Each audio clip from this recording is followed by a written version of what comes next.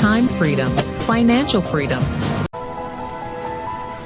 Don't ever let somebody tell you you can't do something. Not even me. All right? All right. You got a dream, you got to protect it. People can't do something themselves. They want to tell you you can't do it.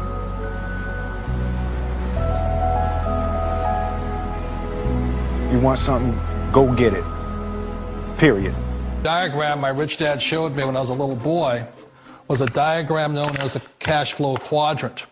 And the quadrant is made up of the 4 different people who make up the world of business. So my rich dad said, in the world of business, there's E's. And E's stand for employees. An employee, he says, you can always tell who they are by their core values. And what the employee, whether the president or the janitor of the company, will always say the same words. The words are, I'm looking for a safe, secure job with benefits. That's what makes them an employee, because their core values are security. The other one of the 4 is the S, or the small business owner or the self-employed. And again, their core values will cause them to use the same words, which are, if you want it done right, do it by yourself. S means they're also solo. They're generally one-person act, or they operate by themselves. On the right side of the quadrant are the B's. And what Rich Dad said the B stood for was big business, or like Bill Gates. Forbes defines big business as 500 employees or more. And their words are different. They say, I'm looking for a good system, a good network, and the smartest people I know to help run my business. So they're unlike the S. They don't want to run the company by themselves. They want smart people to run their companies for them. And then the 4th of the quadrant is the I, and I stands for investor.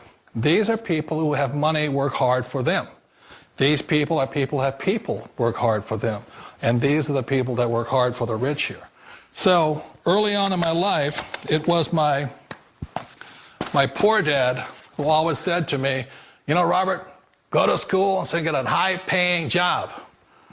And so my poor dad's core value was to be an employee. He wanted job security, promotions, a steady paycheck, and all this. And so it was my rich dad who said to me, he says, you know, Robert, if you really want to be rich, learn to build businesses. It made more sense to him to work hard to build a business, something you owned and something you could pass on for generation to generation to your kids. Whereas my poor dad said work hard, but my rich dad said, why would you work hard for something you'll never own and you can get fired from right away? Again, that was the difference in values. So my rich dad suggested I learn how to be a business owner and learn how to be an investor. And that's one of the big differences. On this side of the quadrant, these people here work for security. They work for money also. On this side over here, their key value that they want is they want freedom. They don't want to have to work at a job anymore. They don't want to have to work for the rest of their lives. So the beauty of building a business and learning how to invest is very simply that this is passive income. You work hard for a few years, but possibly for the rest of your life, income keeps flowing to you. Hi, my name's PJ, and welcome to our short presentation. Have you ever wondered how the rich keep getting richer while broke people stay broke and the middle class seems to be shrinking? Well, this isn't nearly as mysterious as it may appear when you examine the specific differences in how broke people, the middle class, and the rich spend their money. Now, this is such a simple concept, yet so profound, it nearly knocked me out of my chair when I finally understood it. I'm going to show you exactly how the rich spend their money, and you can evaluate for yourself why they keep getting richer and the broke keep getting broker, and why the middle class remains so stressed out. Now, to get started, I'd like to review some financial terms we'll be using during this presentation. The terms that you need to be familiar with are cash flow, which means money you bring in, expenses, which means money you spend, assets. Now, this is the most confusing one. You're probably familiar with the traditional definition of an asset, which is something you own or have equity in. However, back in the 1990s, Robert Kiyosaki introduced us to a new definition of an asset in his groundbreaking Rich Dad, Poor Dad series of books. Robert taught us that an asset is something that pays you, and that's the definition we'll be using here. Liabilities is the last term, and it's defined as things that cost you money. As an example, a house is typically viewed as an asset, but can it actually be a liability? Yes, with our revised definition, anything that costs you money is a liability, not an asset. If you have a mortgage, your house is an asset to your banker because it pays him or her every month. But could a house also be considered an asset to you? Yes, in the right circumstances it could, when it pays you money. Let's say you buy a house and you rent it out, and it paid you a positive cash flow every month after all expenses. That would then be considered an asset.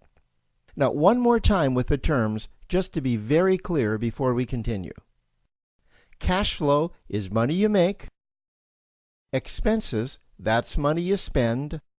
An asset pays you, and a liability costs you.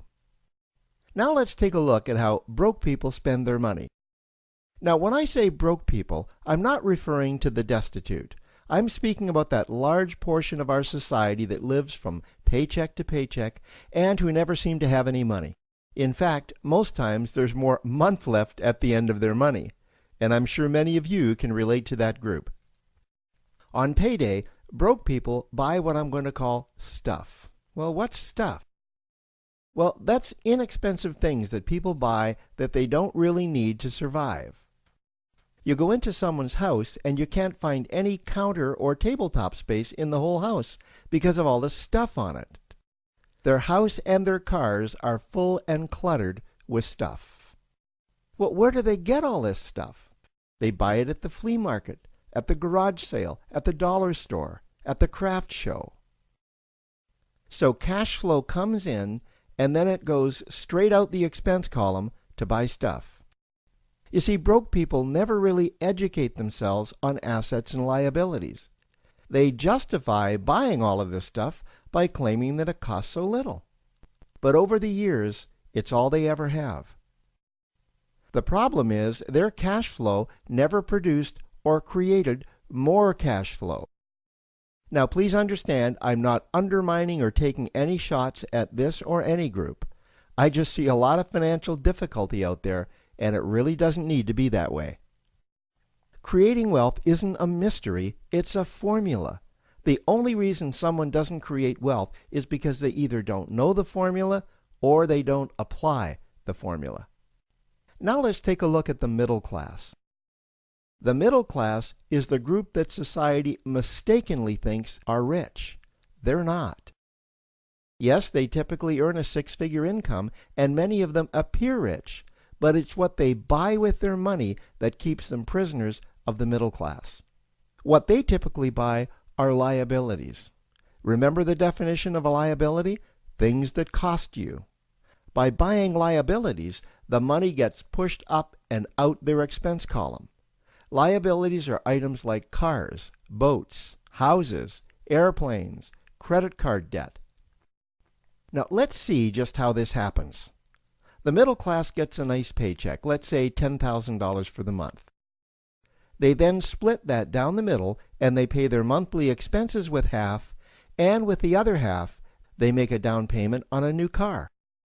The car costs $5,000 down, and after they add on the insurance and the maintenance, that liability now costs $1,100 new dollars every single month. A few months go by, and they want a boat, then a vacation home, a Rolex watch on their credit card, a vacation on their credit card. And before you know it, their liabilities have raised their expense levels to near or above their income levels. They actually spend equal to or more than they make. Meaning that they have to go to work and make a certain amount of money every single month just to cover their liabilities.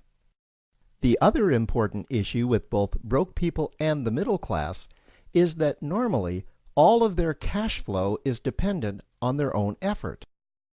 meaning that they've educated themselves to exchange their knowledge and expertise for someone's money. Also, the money they earn is usually the highest taxed form of income. Here's an example. An attorney is knowledgeable about law, so people pay him or her in exchange for that knowledge on an hourly basis. The problem here is that if the attorney isn't sharing that knowledge with a client, then the attorney isn't making any money. This causes lots of stress and anxiety in their lives, and if you ever ask them to take an afternoon off to play golf with you, well, they very rarely can because of how much money it'll cost them to take that time off. On the surface, life's pretty good. The reality is that it's a roller coaster ride. That's the middle class. Now, I know this group very well because for a great deal of my adult life, that was me. Now let's take a look at how the rich people spend their money. Rich people acquire assets. Again, an asset is something that pays you. If you want to become rich, buy assets that earn you more money. The money cycle looks like this. Acquire assets that produce cash flow, invest the profits to acquire more assets that produce more cash flow, invest those profits to acquire more assets that produce more cash flow. The rich spend their money and acquire things that produce more money. Here are a few examples of assets that produce more money. Investments are the obvious ones: stocks, bonds, real estate. Education is another asset. If you learn how to do something that produces more money for you and you actually do it, that's buying an asset. There's a great quote that goes, "If you think education is expensive, you should see how expensive stupidity is." Another example of assets you can acquire that pay you are cash-generating opportunities, especially those opportunities that can create a passive cash flow.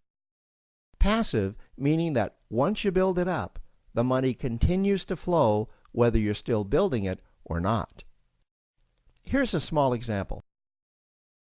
Let's suppose you bought a pinball machine and you put it in a barber shop, and you don't spend any of the profits.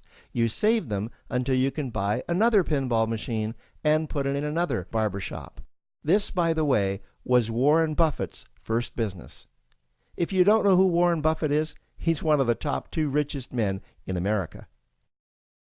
The rich are extremely eager to find those passive cash-generating opportunities because those opportunities continue to pay them month after month, year after year, long after they've stopped working the opportunity. You know, I see this happen again and again with successful entrepreneurs. They find a passive cash flow stream that they build up, and it continues to pay them month after month, year after year. They then take those profits and multiply them in another passive cash-generating opportunity, and then again in another. In conclusion, here's what I've learned over the years. You can't find these passive cash-generating opportunities unless you're open to hearing about them. Then, once you find them, you must be willing to see what fits you and then act. Now, the reason I say this is that I once answered a hokey little ad that I ended up generating 7 figures from, simply because I answered that ad and then took action. These opportunities are out there, you just need to find them. You also must be opportunistic enough that when the right situation does present itself, you don't miss it. So remember, broke people buy stuff, the middle class buy liabilities, and the rich acquire assets, preferably cash-generating opportunities that can create passive cash flow. They then take that cash flow and invest it in another asset that produces more cash flow. That's the wealth creation formula. Now, I trust you found this introductory information helpful. Now, to learn about one of the greatest cash-generating machines on the planet, click on the link below to proceed to step 2.